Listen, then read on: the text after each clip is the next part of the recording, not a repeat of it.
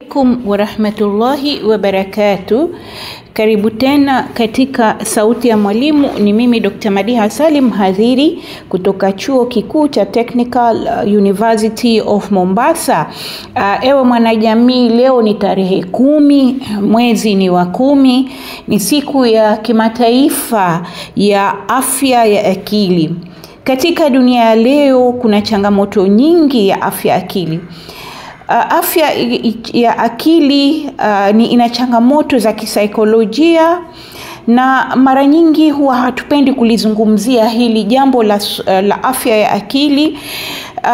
Pengine hatulielewi, pengine kile ambacho kilioko katika jamii kuhusu mada ya afya ya akili hakielezwi kwa undani, na wanajamii hawaelewi ile athari iliyoko ya afya ya akili. Ewe mwanajamii, na kukumbusha kwamba pana kitabu nimekuandikia wewe cha afya ya akili, ambacho kinaeleza kwa lugha ya Kiswahili na kwa undani afya ya akili ni nini. Kinazungumza kuhusu unyanyapaa na imani potofu, ama tunaita stigma and misconceptions kwa tukifasiri. Kinaeleza dalili na maana ya kutambua mapema haya maradhi ya afya ya akili. Kinaeleza kuhusu kuelewa mkengeuko wa kawaida, ambapo kifasiri tunazungumzia kuhusu abnormalities. Kinaeleza kuhusu stress ama msongo wa mawazo. Kinaeleza kuhusu matatizo ya mhemko ama mood disorders. Kinaelezwa magonjwa ya kisaikolojia ambayo tunaita psychotic disorders. Kinaeleza kuhusu postpartum depression, naam, huzuni baada ya kujifungua. Halafu kinaeleza kuhusu magonjwa ya wasiwasi ama anxiety disorders. Kinaeleza kuhusu matatizo ya wasiwasi wa ghafla ama panic disorders. Hichi kitabu kinaeleza kuhusu matatizo ya haiba ama personality disorders.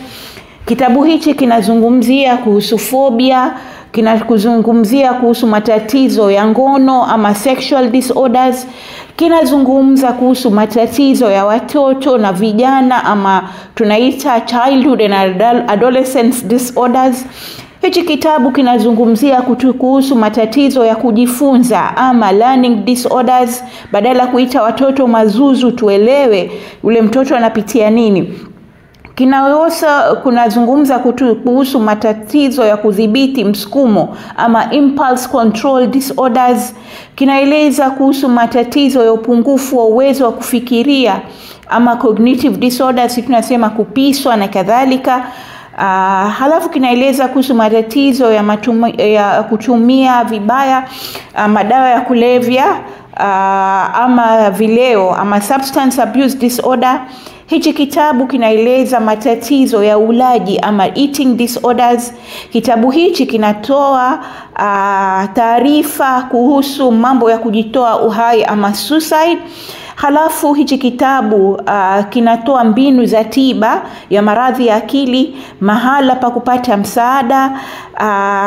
Pia kinazungumzia umuhimu wa kuishi kwa afya nzuri ya akili kila siku. Hichi kitabu kinaondoa ile dhana potofu ya kuwa maradhi ya akili ni wenda wazimu ama kichaa. Halafu kukiongezea, kitabu hichi kinakutolea orodha ya hospitali za afya akili nchini Kenya. Halafu kinatoa orodha ya vituo vya marekebisho ya uraibu ama rehabs ambazo zinatambulikana nchini Kenya. Halafu pia mahali gani utaweza kupata ushauri na swaha, vituo gani ambavyo ni vituo vya kutambulika na Counseling and Psychologist Board of Kenya, ambapo unaweza kupata msaada kwa mtu ambaye anatumia madawa ya kulevya.